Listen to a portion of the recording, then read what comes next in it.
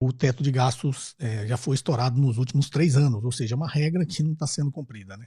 Teto de gastos, esse é um assunto que está no momento, porque o novo governo já está aí prevendo, passar uma PEC ou qualquer outro dispositivo, né, para que ele não estoure o teto de gastos e não incorra em um crime de responsabilidade ou desrespeite a lei de responsabilidade fiscal. O teto de gastos já foi estourado nos últimos 3 anos, ou seja, é uma regra que não está sendo cumprida, né.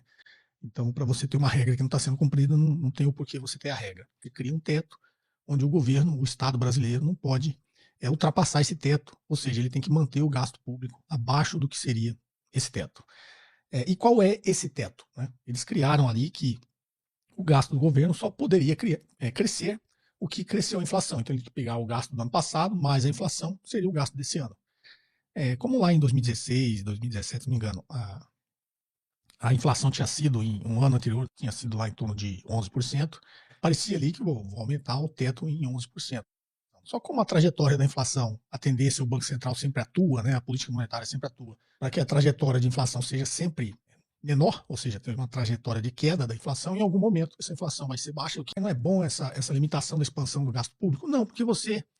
E aí começa a entrar uma diferença, né, de visões, né, de visão de mundo, de visão de Estado, né, de visão de economia, que talvez eu tenha amadurecido um pouco mais durante esse período, porque quem define isso aí, quem defende isso, defende sempre que o Estado ele encolha, ele seja menor. E aí também é digamos, um apelo que é muito aderente aí à opinião pública, né? E aí entra numa questão de ideologia, para que serve o Estado, né? O Estado é mínimo, o Estado é necessário, o Estado realmente não pode ser grande.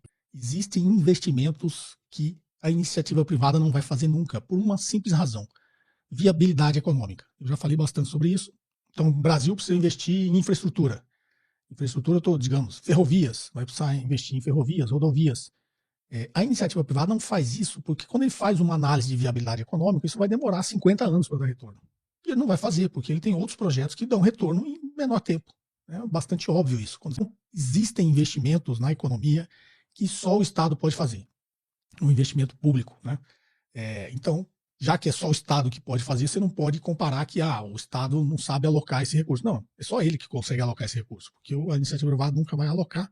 Então, você não tem como comparar o investimento público com o investimento privado. Tá? Quando você coloca o teto de gastos, você está limitando, e é o que aconteceu. A inflação veio numa trajetória, o teto de gastos ele foi diminuindo, o Estado tem que gastar cada vez menos, e está tudo embaixo desse teto, inclusive o investimento público.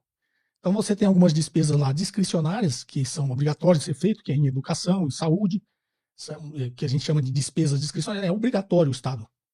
Está na lei, né? Está na Constituição. Tantos por cento da arrecadação do governo tem que ir para a educação, tantos por cento tem que ir para a saúde. Então, a saúde e a educação está muito ligado, né? Com necessidades de políticas públicas e sociais. Você tem que investir em educação e saúde. E demograficamente o Brasil cresce mais do que a inflação.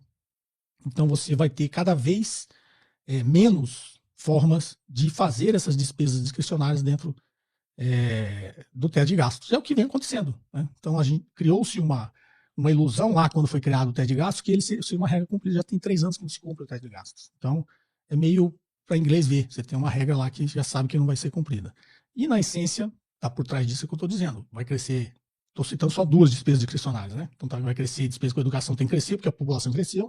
Vai crescer despesas com saúde, porque a população cresceu. Só que o teto de gasto limitou, né? Limitou isso pela inflação. E o investimento público está aqui embaixo também desse guarda-chuva, desse teto. Né? Então o investimento público ele simplesmente sumiu.